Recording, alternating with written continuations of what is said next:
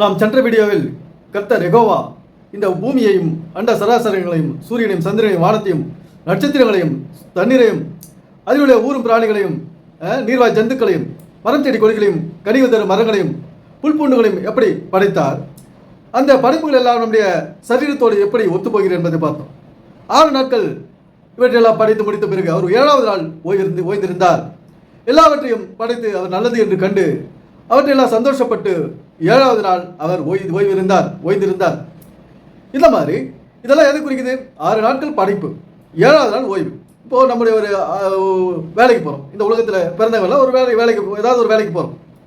அந்த வேலையில் 7 நாட்கள், வாரத்திற்கு 7 நாட்கள், 6 நாட்கள் வேலை, 6 நாட்கள் வேலை செய்யணும். திங்கள் செவ்வாய் புதன் வியாழன் வெள்ளி சனி. 7வது நாள் எல்லாருக்கும் லீவ். அது எந்த வேலையை செய்தாலும் அவங்களுக்கு லீவு கொடுத்து அன்னைக்கு இந்த உழைக்கும் உடம்புக்கு ஓய்வு கொடுத்து வாருங்க அப்படின்னு சொல்லி அனுப்புகிறாங்க. ஆனால் இங்கே நம்ம என்ன பண்ணுறோம்? ஓய்வு எடுக்கிறோமா? ஓய்வு எடுக்கிறாங்க. ஆனால் சில பேர் ஓய்வு எடுக்கிறது கிடையாது. கிறிஸ்தவர்கள் இந்த நாளை சர்ச்சைக்கு போகிற நாளுக்குரியதாக மாற்றிட்டாங்க. கர்த்தர் யெகோவா படைப்புகளை எல்லாம் படைச்சிட்டு அன்னைக்கு ஓய்ந்திருக்கிறார்.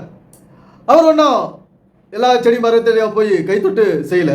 வார்த்தையினால் உண்டாக்கினார். மனுஷனை மட்டும் கையினால் தன் மண்ணை எடுத்து அந்த மண்ணினால் ஒரு உருவத்தை செஞ்சு, மனித உருவத்தை செஞ்சு தன்னை போலவே ஒரு உருவத்தை செஞ்சு உயிர் கொடுக்கிறாரு. உயிர் கொடுக்கிறார். தன்னுடைய சுவாசத்தினால் அந்த மண்ணின் மூக்கில ஊதி உயிர் கொடுக்கிறார். இந்த மாதிரி 6 நாட்கள் படைத்து மனிதனுக்கு கடைசியாக உயிர் கொடுத்து 7வது நாளிலே ஓய்ந்திருக்கிறார். இந்த பைபிளானது நம்முடைய வாழ்க்கையை மையமாக வைத்து எழுதப்பட்டது. இந்த பைபிளானது நம்முடைய சரீரத்தை மையமாக வைத்து எழுதப்பட்டது, வேறொன்றும் அல்ல. அந்த வேலைகள் தான், இந்த வேலைகள் தான் நாம் சரியாக செய்ய வேண்டும்.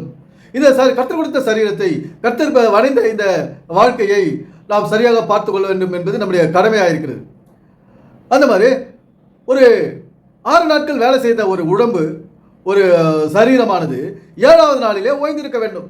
அந்த உழைத்த உடம்புக்கு நாம் சரியாக பராமரிக்க வேண்டும். ஒரு வண்டி கூட ஒரு குறிப்பிட்ட அளவு தான் ஓடும். ஒரு குறிப்பிட்ட கிலோமீட்டர் வரைக்கும் தான் ஒரு எந்திரம், ஒரு 2 வீலரு, ஒரு லாரி, மற்றதெல்லாம் கூட ஓடும், கார் கூட ஓடும். குறிப்பிட்ட கிலோமீட்டருக்கு அப்புறம் அதனுடைய சர்வீஸ் பண்ணணும். பெட்ரோல் இது ஆயிலெலாம் சரியாக இருக்கா பார்க்கணும், வீலில் கிரீஸ் எல்லாம் இருக்குதா பார்க்கணும், பேரிங் எல்லாம் சரியாக இருக்குதா பார்க்கணும், பால்ஸ் எல்லாம் சரியாக இருக்குதா பார்க்கணும், காற்று சரியாக இருக்குதா பார்க்கணும். இப்படியெல்லாம் பல ரூல்ஸ் இருக்குது, சட்டங்கள் இருக்குது. அந்த வண்டியை எப்படி பராமரிக்கணுன்றதுக்காக அந்த புக்கு கொடுத்துருக்காங்க. அப்போது இந்த பைபிளில் என்ன இருக்குது? இந்த சரீரத்தை எப்படி பராமரிக்கணும், சரீரத்தை 6 நாள் உழைத்த சரீரத்தை எப்படி பாதுகாக்கணும் அப்படி என்று தான் இந்த பைபிளில் எழுதி வச்சிருக்கு. அதுக்காக தான் இந்த பைபிள் உருவாக்கப்பட்டது. யெகோவா கர்த்தர் 6 நாட்களை உலகத்தை படைத்து 6வது நாள் மனிதனை படைத்து 7வது நாள் ஓய்ந்திருந்ததற்கான காரணம் இதுதான். அந்த ஓய்வு நாளிலே அவர் ஓய்ந்திருந்தது போல நாம் ஓய்ந்திருக்க வேண்டும். இந்த உழைத்த உடம்புக்கு ஓய்வு கொடுக்க வேண்டும் என்பது இறை நோக்கம், பைபிள் நியதி. அதற்கு இதுதான் வாழ்க்கை நியதியும் கூட. நாம் என்ன செய்கிறோம்? சர்ச்சைக்கு போகிறோம். 7வது நாள் சர்ச்சைக்கு போய் உட்காந்துக்கிறோம். எவ்வளோ சோர்வாக இருந்தாலும், எவ்வளோ டயர்டு இருந்தாலும் அது ஒரு பாரம்பரியமாக போச்சு, பழக்கமாக போச்சு. ஐயோ நம்ம சர்ச்சைக்கு போடலாம், அது பெரிய குற்றமாயிடும், பெரிய தண்டனை ஆகிடும், அது ஒரு பெரிய இழப்பாயிடும் அப்படின்னு சொல்லிட்டு ஓடுறாங்க. ஆனால் பைபிள் இதெல்லாம் முக்கியத்துவப்படுத்தல. போய் கட்டட சபையில் உட்காந்து கத்தி உன்னுடைய ஜீவனை விட்டுட்டு அப்புறம் ஐயோ எம்மா எனக்கு வலிக்குது, இங்கே வலிக்குது, அங்கே வலிக்குது, மாத்திரை வேணும், மருந்து வேணும், நான் டாக்டரை பார்க்கணும், இதெல்லாம் தேவையில்லாத வேலை. பைபிள் என்ன சொல்லுது? ஓய்வெடு, உழைக்கும் சரீரத்துக்கு ஓய்வு கொடு, உழைக்கும் உடம்புக்கு ஓய்வு கொடுங்கள் அப்படின்னு சொல்லுது.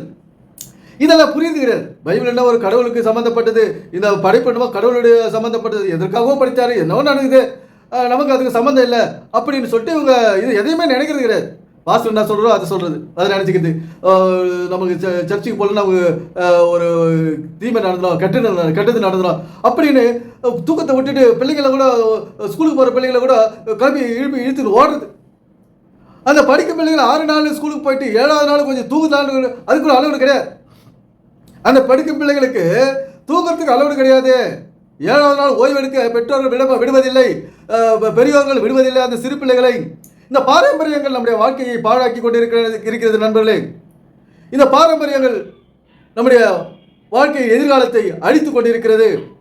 நம்ம இப்போ சர்ச்சுக்கே போகிறோம், பாஸ்டர் பேச்சு கஷ்டம், அங்கே சொல்கிற பாட்டு பாடுறோம், பைபிள் வசனம் வசனம் பண்ணுறோம். நம்முடைய வாழ்க்கையில் என்ன வியாதி வரலையா, வறுமை வரலையா, குடும்ப பிரச்சனை வரலையா, குழந்தைகளுக்கு உடம்பு சரியில்லாத போலையா, பெரியவர்களுக்கு உடம்பு சரியில்லாத போலையா, இதற்கெல்லாம் வராது இருக்கிறது என்ன வழி? இவ்வளவு பிரச்சனை இருக்குது வாழ்க்கையில, பணப்பிரச்சனை, மனப்பிரச்சனை, இதெல்லாம் வராது இருக்கிறதுக்கு என்ன வழி? அதுதான் இங்க பைபிள் படைப்பின் ரகசியம் சொல்லி இருக்கு. அதுதான் இந்த 7வது ஓய்வு நாளை நம்ம சரியாக ஆசரிக்கும் போது நமக்கு வியாதியை விட்டு நம்மை விட்டு வியாதி விலகுகிறது. நம்முடைய சரீரத்தை சரியாக பராமரிக்கும் போது அதுக்கு தேவையான தூக்கமும் உணவும் ஓய்வும் கொடுக்கும் போது அந்த உழைத்த உடம்புக்கு சரியான உறக்கமும் ஓய்வும் உணவும் கொடுக்கும் போது நம்முடைய பலவீனங்கள் அகன்று போகிறது, புத்துணர்ச்சி பெறுகிறது. நண்பர்களே, இது பைபிள்ன்றது ஏதோ இறை வழிபாட்டுக்காக உண்டாக்கப்படுது, இயேசு கிறிஸ்து மனிதர்களை பாட்டு பாடுறதுக்காக உண்டாக்கப்பட்டது எல்லாம் நினைச்சுக்காதீங்க. நமக்காக, நம்முடைய வாழ்க்கைக்காக, நம்முடைய சரீரத்தின் செயல்பாடுக்காக உண்டாக்கப்பட்டது. என்ன சொல்றாரு? வானத்தில் சுடர் ஒளி வீசும் நட்சத்திர சூரியனை சந்திரன் படைத்தாராம். நம்முடைய சரீரத்தில் சூரியன் சந்திரன் எங்க இருக்குது? கண்கள் தான். அந்த ஒளி வீசும் சுடர்கள்ன்றது நம்முடைய கண்கள் தான். அந்த கண்ணுக்குள்ள பாருங்க, வெள்ளையாக இருக்கிறது சூரியன், அது உள்ள இருக்கிறது சின்னது நிலா. இது மாதிரி இருட்டாக இருக்கும் போது அது ஒளி கொடுக்குது. அந்த மாதிரி இருட்டில் இருக்குது பாருங்க, இந்த கருப்பு ரவுண்டு, கண்ணுக்குள்ள இருக்கிற கருப்பு ரவுண்டு, அதுக்குள்ள இருக்கிற ஒரு சின்ன கருப்பு ரவுண்டு. இது மாதிரி நம்முடைய பூமியினுடைய அமைப்பு தான் நம்முடைய சரீர அமைப்பு. இந்த சமுதாய செயல்பாடுகள் தான் நம்முடைய சரீர செயல்பாடுகள். இதை நாம் புரிந்து கொள்ள வேண்டும் நண்பர்களே, நாம் அறிந்து கொள்ள வேண்டும், நாம் கையாள வேண்டும், மற்றவர்களுக்கு எடுத்து சொல்ல வேண்டும், நம்முடைய சந்ததிக்கு இதை பற்றிலாம் சொல்ல வேண்டும், விலைக்கு சொல்ல வேண்டும். இதை பற்றியெல்லாம் எந்த பாஸ்டரும் சொல்றது கிடையாது. அவர்களுக்கு தேவையானது காணிக்கை மையமாக வைத்து, காசை மையமாக வைத்து இந்த சபைகள், கட்டிட சபைகள் இயங்கிக் கொண்டிருக்கின்றன. கடவுளுக்கு இயேசு கிறிஸ்துவை பற்றி புகழ்ந்து பாடினால் அவருக்கு ஒன்றும் கிடையாது. அங்கே போய் உட்கார்ந்து நம்முடைய சக்தியை விருதம் செய்கிறோமே, நமக்கு தான் அது நஷ்டம். இந்த இறை படைப்புகள் எல்லாமே நம்முடைய சரீரத்தை மையமாக வைத்து இங்கே படைக்கப்பட்டிருக்குது. அப்படி இருக்கும்போது சரீரம் முக்கியமா, அந்த கட்டிட சபை முக்கியமா என்பதை நம்ம சற்று சிந்தித்து பார்க்க வேண்டும் நண்பர்களே. இயேசு கர்த்தரே யெகோவாவே அன்னைக்கு ஓய்வு எடுக்கிறார். அந்த ஓய்வின் முக்கியத்துவத்தை உணர்த்துகிறது அந்த விஷயம். யெகோவா ஓய்வெடுக்க 7வது நாள் ஓய்வெடுத்த விஷயம் நம்முடைய சரீரத்தின் முக்கியத்துவத்தை உணர்த்துகிறது. நம்முடைய சரீர ஸ்ட்ரென்த்தை அங்கே பாதுகாக்க வேண்டும். 6 நாட்கள் திரும்ப 6 நாட்கள் செலவு செய்கிறதற்கு நம்முடைய சரீரத்திலே நல்ல சக்தியை ஏற்ற வேண்டும், சக்தியை பெற்றுக்கொள்ள வேண்டும். அந்த ஒரு நாளிலே 6 நாட்கள் ஓட வேண்டும், படிக்கணும், வேலை செய்யணும், வீட்டு வேலை செய்யணும், வியாபாரம் பண்ணணும். அவங்க தொழிலை அவங்களுக்கு 6 நாட்கள் ஒவ்வொரு தொழில் இருக்குது, அதெல்லாம் சரியாக செய்யணும்னா 7வது நாள் நாம் ஓய்ந்திருந்து சரியான உணவு, குளிக்காதவங்க குளிங்க, முடி வெட்டாதவங்க வெட்டுங்க, நகத்தை வெட்டாதவங்க வெட்டுங்க. அன்னைக்கு ஓய்வு நாளில் இதெல்லாம் நம்ம செய்யும்போது தான் நம்முடைய சரீரம் புத்துணர்ச்சி அடைகிறது.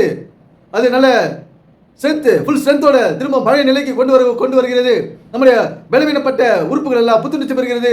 நம்முடைய கண் பார்வை, நம்முடைய ரத்தம் அதிகரிக்கிறது. ஒரு நாள் ஓய்வு எடுக்கும் போது நம்முடைய ரத்தம், நம்முடைய சரீரத்தினுடைய தண்ணீர் அளவு அதிகரிக்கிறது. இந்த ஒரு நாள் 7வது நாள் ஓய்வு எடுக்கும் போது, 6 நாள் ஒழித்து 7வது நாள் ஓய்வு எடுக்கும் போது நம்முடைய சரீரத்தினுடைய சக்திகள் அதிகரிக்குது. இதைத்தான் மையப்படுத்தி எழுதியிருக்கிறது இந்த பைபிள். இதை மையமாக, நம்முடைய சரீரத்தை மையமாக வைத்துதான் இந்த சமுதாய படைப்பை படைத்திருக்கிறார் யெகோவா கர்த்தர்.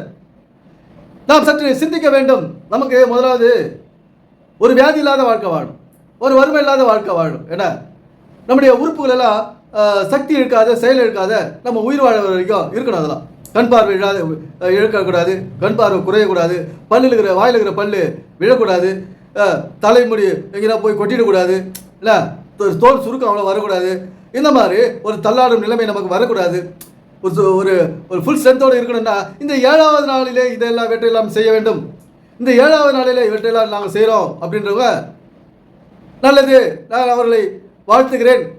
இந்த 7வது நாளில் நாங்கள் ஓய்வு தான் எடுக்கிறோம், நாங்கள் எந்த வழிபாட்டு தலங்களுக்கும் செல்வதில்லை என்று சொல்கிறவர்கள் என் நண்பர்கள், என் உறவினர்கள், அந்த 7வது நாள் சர்ச்சில் போய் தங்களுடைய ஆவியும் ஜீவனையும் விட்டுட்டு நம்முடைய ஓய்வெடுக்காத சரீரம் தோண்டு போகுது. அவங்களும் என்னுடைய நண்பர்கள் தான். நண்பர்களே, இவற்றையெல்லாம் புரிந்து நீங்கள் செயல்படுங்கள். நம்முடைய சரீரம் முக்கியம், அதில் இருக்கிற சக்தி முக்கியம் அப்படின்னு நான் சொல்லலை, இந்த பைபிள் சொல்லுது. யெகோவாவின் படைப்பின் ரகசியம் சொல்லுது. சரீரம் முக்கியம், சரீரத்தில் சக்தி முக்கியம், நம்முடைய அவயவங்கள் முக்கியம், நம் கண்கள் முக்கியம், நம்முடைய வாயிலுள்ள பற்கள் முக்கியம், நாக்குடைய பேச்சு முக்கியம், நம்முடைய காது முழுமையாக கேட்க வேண்டும். அப்படி எல்லாம் இருக்குது.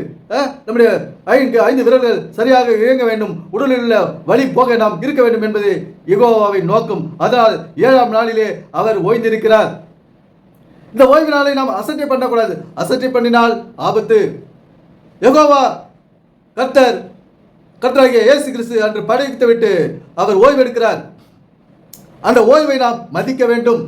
அந்த ஓய்வு நாளை நாம் இப்படித்தான் அனுசரிக்க வேண்டும். அது கர்த்தருக்குரிய 7வது நாள் வந்து கர்த்தருக்குரியது அப்படின்னு சொல்லிட்டு அந்த கட்டடத்தில் போய் கைத்தட்டினு அந்த பைபிளில் வலியுறுத்தவில்லை. எப்படி கட்டடத்தில் போய் கைத்தட்டினீரு, அந்த அந்த போலி பாச சொல்றத நீ கேட்டு பாட்டு பாடினீரு, சொல்ற பாட்டு பாடு, உன்னுடைய பிள்ளைகளுடைய சக்தி செலவாகட்டும், உன்னுடைய பிள்ளைகள் தோண்டு போட்டணும். இந்த வேதம் அதற்காக உருவாக்கப்படவில்லை. நம்முடைய சரீரமும் அதற்காக உருவாக்கப்படவில்லை. உழைக்கவும் ஓய்வெடுக்கவும் நம்முடைய உடலை திரும்பவும் பழைய நிலைக்கு கொண்டு வரவும் தான் இந்த ஓய்வு நாளாகிய 7வது நாள் நமக்கு கொடுக்கப்பட்டிருக்கிறது. 6 நாள் வேலை முடிந்து 6 நாட்கள் பள்ளிக்கூடம் சென்ற பிள்ளைகளும் அன்றைக்கு 7வது நாள் ஓய்ந்திருக்க வேண்டும். கொஞ்சம் எண்ணெய் வச்சு தலையில் குளிக்கணும். 6வது நாள் 7வது நாள் இதை செய்யணும். முடி வெட்டாதவங்க ஷார்ட்டாக முடிய வெட்டுங்க. பெண்கள் வாரத்துக்கு 2 முறை தலை குளிங்க. அன்றைக்கு ஞாயிற்றுக்கிழமை வேலைக்கு போகிற பெண்கள் வந்து நல்லா தலை குளிங்க எண்ணெய் வச்சு. அதிகமான முடியை வளர்க்காத கட் பண்ணிக்கங்க. நம்முடைய சரீரத்தை பராமரிக்கும் போது நம்முடைய சக்தி கூடுகிறது. படிக்கும் பிள்ளைகள் வந்து ரொம்ப சோர்ந்து போகிறாங்க. இப்போ பலவிதமான ஒரு எல்லா மதத்தினருமே தங்களுடைய சரீரத்தை வந்து சரியாக பராமரிக்கிறது கிடையாது. ஒரு படிக்கும் பிள்ளைகள் 1, 2, 3, 4, 5, 6 படிக்க முதல்ல அந்த பெண் பிள்ளைகளோட சரீரத்தை முடியை வளர்க்க, தலைமுடியை அதிகமாக வளர்க்குறது தோண்டும் போது அந்த சரீரத்தில் சக்தியெல்லாம் இந்த முடி சாப்பிட்டுட்டு முடி வளர்கிறதுக்காக அந்த இவங்க சாப்பிட்றது இருக்குது. அந்த சக்தியெல்லாம் முடி வளர்ந்தது சாப்பிட்டு முடி தான் நீட்டாக வளருது.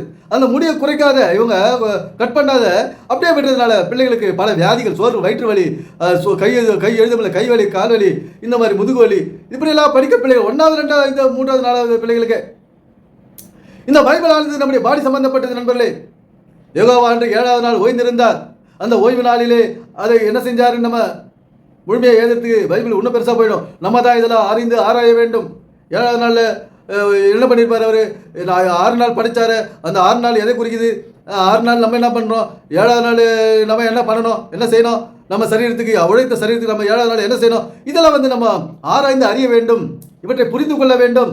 அப்போதுதான் நம்மளுக்கு வருகின்ற வியாதி வலி நீங்கும், சரீர புத்துணர்ச்சி பெறும். மாத்திரை மருந்துக்கு இங்கே இடம் கிடையாது. கடவுள் கொடுத்த எண்ணெயும் தண்ணீரும் நாம் சரியாக இந்த சரீரத்துக்கு அப்ளை பண்ணும்போது, சரீரத்துக்கு பயன்படுத்தும் போது நம்முடைய சோர்வு நீங்குகிறது. சண்டே என்ன நல்ல முகத்தில் எண்ணெய் தேய்ச்சி நல்லா குளிங்க. கை கால் நல்லா நல்லா எண்ணெய் தேய்ச்சி குளிங்க. கால் உள்ளங்கால் நல்லா எண்ணெய் தேய்ங்க. உள்ளங்காலில் எண்ணெய் தேய்ச்சாவே எல்லாம் உங்களுக்கு சரியாகும். என்ன இப்போ நான் நீங்கள் கேட்கலாம், ஏமா நீங்கள் மொட்டை அடிச்சிக்கிறீங்கன்னு. இதுக்கெல்லாம் என்னுடைய வாழ்க்கைன்றது ஒரு பெரிய கதை. நான் அதுக்கப்புறம் உங்களுக்கு சொல்கிறேன். இப்போல்லாம் நான் இதுக்கிடையில் என் வாழ்க்கை என்ன, என்னுடைய நிலைமை என்ன, அதெல்லாம் நான் இது வரைக்கும் அங்கே சொல்லலை, இந்த வீடியோவில் சொல்லலை. பின்னால் நான் சொல்லுவேன். இப்போ என்னுடைய வேலை வந்து மக்களுக்கு இந்த பைபிளில் உள்ள விஷயத்தை புரிய வைக்க வேண்டியதா என்னுடைய வேலை. இந்த வேதத்தில் உள்ள ரகசிய மறைவுகளையும் சொல்ல வேண்டியது என்னுடைய வேலை. என்னுடைய சோக கதைகளையோ என்னுடைய எதிர்கால கடந்த காலத்தையோ சொல்லுகிற நேரம் இல்லை இது. அதனால் நான் இப்போ சொல்றதெல்லாம் பைபிள் ரகசிய மறைபொருள். இதன்படி நம்ம வாழ்ந்தாதான் வெற்றி வாழ்க்கை வாழ முடியும். எனவே சிந்திப்போம், செயல்படுவோம். நன்றி, வணக்கம் நண்பர்களே.